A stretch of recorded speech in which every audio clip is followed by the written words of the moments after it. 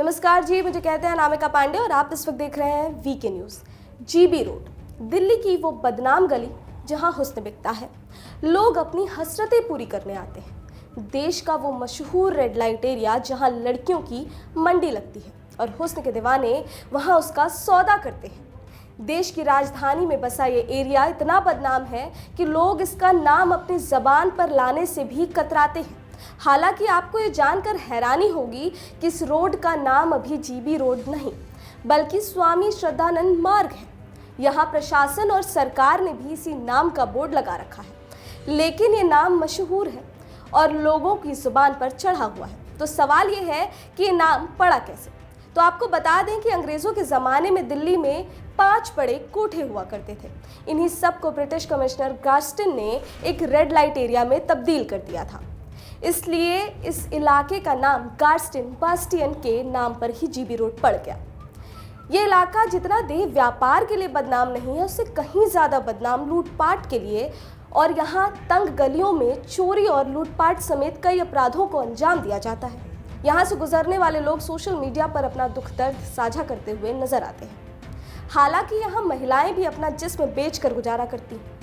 कभी कभी तो इन महिलाओं की हालत इतनी खराब हो जाती है कि मासूम लड़कियों को 50 रुपए में ग्राहक के साथ जाने को तैयार होना पड़ता है। लेकिन शायद मध्य प्रदेश के व्यापारी को ये सब पता नहीं था, तभी वो हुस्न के जाल में फंसकर अपनी हसरतें पूरी करने के लिए यहाँ पहुँच गया।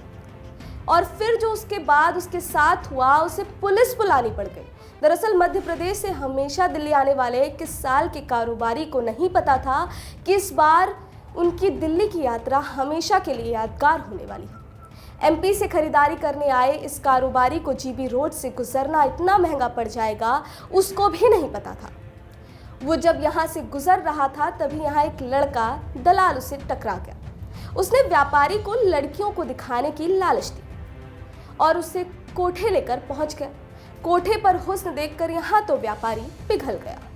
बात तय हुई और जब वो लड़की के साथ कमरे में गया तो वहाँ जो हुआ, उसने व्यापारी के होश उड़ा दिए। कोठे से नीचे उतरकर कारोबारी ने पुलिस को कॉल किया। पुलिस की टीम मौके पर आई, जो कोठा नंबर 54 के 2nd फ्लोर पर ले गई। वहाँ से 22 साल के दलाल आदिल को पकड़ लिया गया और महिला वहाँ से फरार हो चुकी थी। पुलिस ने अगले दिन जब महिला सुमन को भी पकड़ लिया, व्यापारी ने पुलिस को जो बयान दिया उसके मुताबिक वो मध्य प्रदेश से है और वहाँ हार्डवेयर की दुकान चलाता है। वो अपनी दुकान के लिए सामान खरीदने हर महीने दिल्ली आता है। इसी क्रम में वो 27 अक्टूबर को दिल्ली आया था। यहाँ वो लक्ष्मी नगर में अपने दोस्त के घर रुका था। इसके बाद 28 अक्टूबर को वो चावड़ी बाजार गया और दुकान से सामान खरीदा। इस दौरान जब वो नज़दीकी मेट्रो स्टेशन जा रहा था तब उससे वहाँ उन्हें कोठा नंबर 54 के बाहर एक लड़का मिल गया। उसने कहा कि वहाँ बहुत सुंदर लड़कियाँ मिलेंगी। इसके बाद वो लड़का कोठे के 2nd फ्लोर पर ले गया।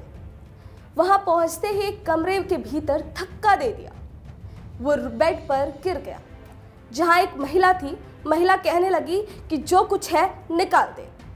दलाल लड़के ने पकड़ लिया और महिला ने जेब की तलाशी लेते हुए 10,000 रुपए निकाल लिए। इसके बाद उसे मारपीट कर भगा दिया। अब पुलिस ने दोनों के खिलाफ लूटपाट और माल बरामदगी का केस दर्ज कर लिया है। पुलिस ने दोनों के पास से लूट के 5-5 हज़ार रुपए बरामद किए हैं। आरोपियों ने अब तक न जाने कितनों को अपना शिकार बनाया है। इसकी जांच चल रही है। डीएसपी संजय कुमार सेन ने बताया कि दोनों से लूटपाट की रकम बरामद की गई है। आरोपी सुमन पर पहले से ही 6 केस दर्ज है। दोनों को कोर्ट में पेश किया गया, जहां उन्हें न्यायिक हिरासत में जेल भेज दिया गया है। तो आप भी सावधान रहें। ऐसे इलाकों में दलालों के झांसे में आकर जाने से बचें, क्योंकि सावधानी में ही सुरक्षा है। सुरक्षित रहिए और अपना ख्याल रखिए। ऐसी खबरों के लिए देखते रहें वीके न्यूज़। धन्यवाद। VK news Madhya Pradesh, Chhattisgarh. दिल बोलेगा, देश सुनेगा।